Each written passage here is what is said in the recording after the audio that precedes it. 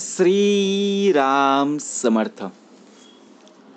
समर्थांनी एक सुंदर असा बोध आपल्यासाठी प्राप्त करून दिलेला आहे. विवेक आणि उपकार.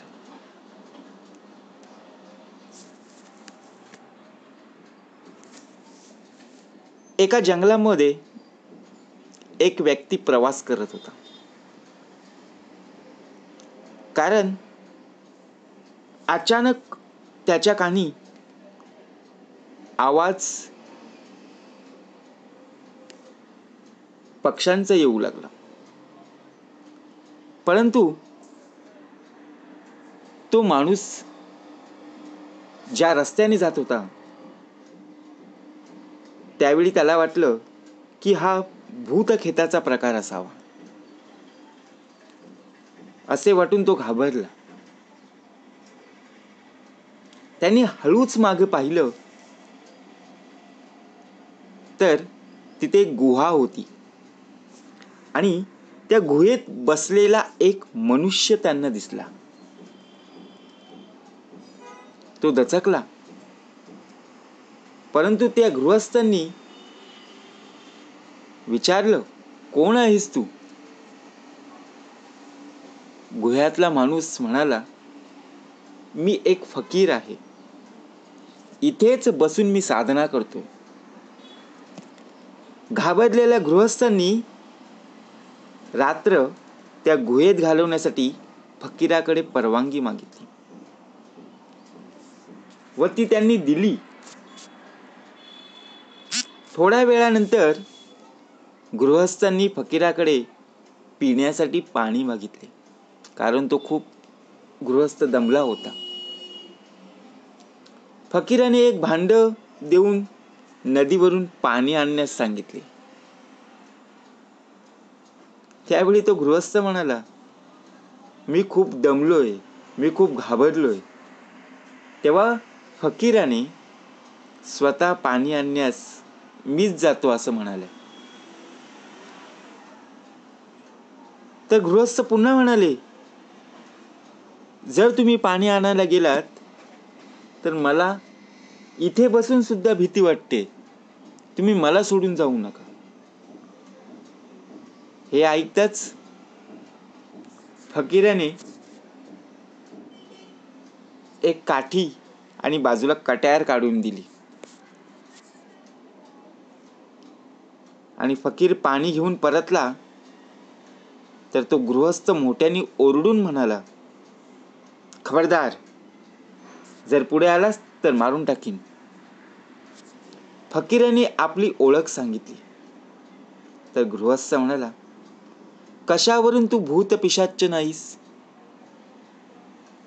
फकीराचं रूप घेऊन भूत पिशाच सुद्धा येऊ शकतात.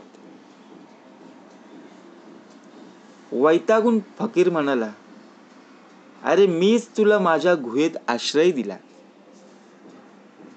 पिण्यासाठी पाणी दिलं, तुला भीती वाटत होती, मी स्वतः जाऊन आलो आणि मलाच तू आता आत येऊ देत नाहीस. असली कसली रे बाबा तुझी भीती?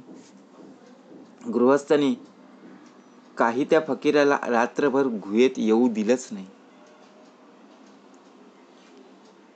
तो फकीर बिचारा रात्रभर गुहेबाहेर थांबला. सकाळी तो गृहस्थ उठला आणि तिथून जाऊ लागला. जाताना फकीराला म्हणाला, भाई, मला माफ करा, पण भीती अनेकदा माणसाला विवेक सोडायला भाग पाडते आणि त्यावेळी तो उपकार कर्त्याला सुद्धा विसरत असतो.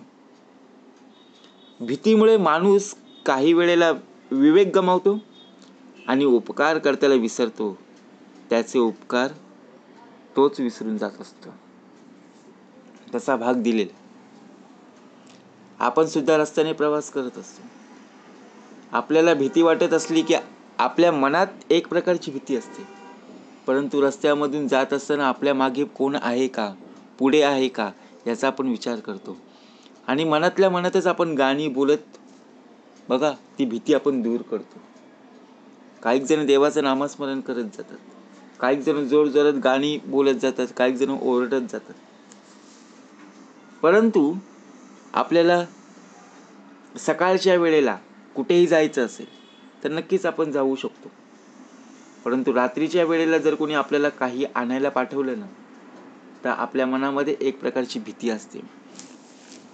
जवळच दुकान असतं, परंतु त्या दुकानातून काही वस्तू आणायला सांगितलं तर आपण घरातल्याच माणसांना सांगतो की मी उद्या सकाळी जाईन, कारण आता रात्र झालेली आहे. म्हणजे विचार करा, एक प्रकारची भीती आहे, एक प्रकारचा संपूर्णपणे आपला जीव घाबराघुबरा झालेला आहे. काय असतं बाहेर? काहीच नाही. परंतु अज्ञान संपूर्णपणे आपल्या देहामध्ये पसरलेलं आहे. ज्याला मदत करावी तोच आपल्या जीवावर उठतोय. म्हणजे विचार करा, त्या रात्री गृहस्थ आला होता, परंतु त्याच्या कानी काही शब्द पडले होते. त्याला पक्ष्यांचा आवाज येत होता. तो घाबरला, इकडे तिकडे पाहू लागला, परंतु त्याला त्याच गुहेमध्ये बघा प्रत्यक्षात एक माणूस दिसला ना. परंतु तो फकीर होता. हे जेव्हा त्याच्या लक्षात आलं तेव्हा त्याने विनंती काय केली की माझा देह घाबरलेला आहे, मला इथे एक रात्र गुहेमध्ये घालवण्यासाठी परवानगी द्या. नक्की दिली ना. परंतु थोड्या वेळानंतर दमलेला देह होता, त्याला पिण्यासाठी पाणी हवं होतं. त्याने पुन्हा एकदा मागणी केली की मला खूप तहान लागली. पुन्हा त्यांनी मदत केलीच ना फकीराने. भांडे आणून त्यांना दिलं की सांगितलं ते नदीवरून पाणी आणा. परंतु ती व्यक्ती म्हणाली मी खूप घाबरलो, मी खूप दमलो, मी तुम्हाला सोडून जाणार नाही. हे ऐकताच त्यांनी काय केलं, आपल्या जवळची ती कट्यार काठी त्यांना देऊ केली की तू घाबरू नकोस. परंतु शेवटी त्या गृहस्थांनी खबरदार असं जोर जोरात मोठ्याने ओरडू लागला, जर पुढे आलास तर मारून टाकेन. आता त्याला वाटलं की हाच खरा भूत आहे आणि तो फकीराच्या रूपात इकडे तिकडे वावरतोय. समर्थ म्हणाले, प्रत्येक वेळेला मनुष्य अज्ञानामधून बघा सर्व कार्य करत असतो. तो वैतागून तो फकीर काय म्हणाला, अरे मीच तुला माझ्या गुहेत आश्रय दिला, पिण्यासाठी पाणी दिलं आणि मलाच तू बाहेर ठेवतोस. शेवटी फकीर रात्रभर बाहेर राहिला आणि सकाळ होताच जो गृहस्थ बघा रात्रीच्या वेळेला प्रवास करत होता त्याने माफी मागितली की नाही? नक्कीच. कारण भीती अनेकदा माणसाला विवेक सोडायला भाग पडते. समर्थ म्हणजे कुठेही जा, भय सांडून तुवा जावे, क्रूर यवना भेटावे, संतोषिनी प्रिय भावे पुनरपी पाठविला आम्हापाशी. जंगलामध्ये डोंगरामध्ये पक्षी असतात, प्राणी असतात, त्यांना जर आपण काहीच केलं नाही तर ते आपल्याला काही करतील का हो? त्रास दिला नाही तर आपल्याला त्रास देतील का? नाहीये. परंतु आपण जर त्यांना त्रास दिला तर ते नक्कीच आपल्याला त्रास देण्याचा प्रयत्न करणारच ना. परंतु त्यावेळी तो उपकार कर्त्याला सुद्धा विसरतो. ज्याला मदत करावी त्याचीच संपूर्ण आपण विल्हेवाट लावून ठेवतो. म्हणून भीती ही मनुष्याला संपूर्णपणे बघा विवेक गमावून ठेवत असते. कसा भाग समर्थांनी दिलेला आहे. जिथे जायचं आहे तिथे नामस्मरण आपल्या अंतरी असलं पाहिजे. भय सांडून तुवा जावे सांगितलं. आपल्यामधली जी भीती आहे ती संपूर्णपणे गेली पाहिजे. कारण विश्वास कोणावर आहे?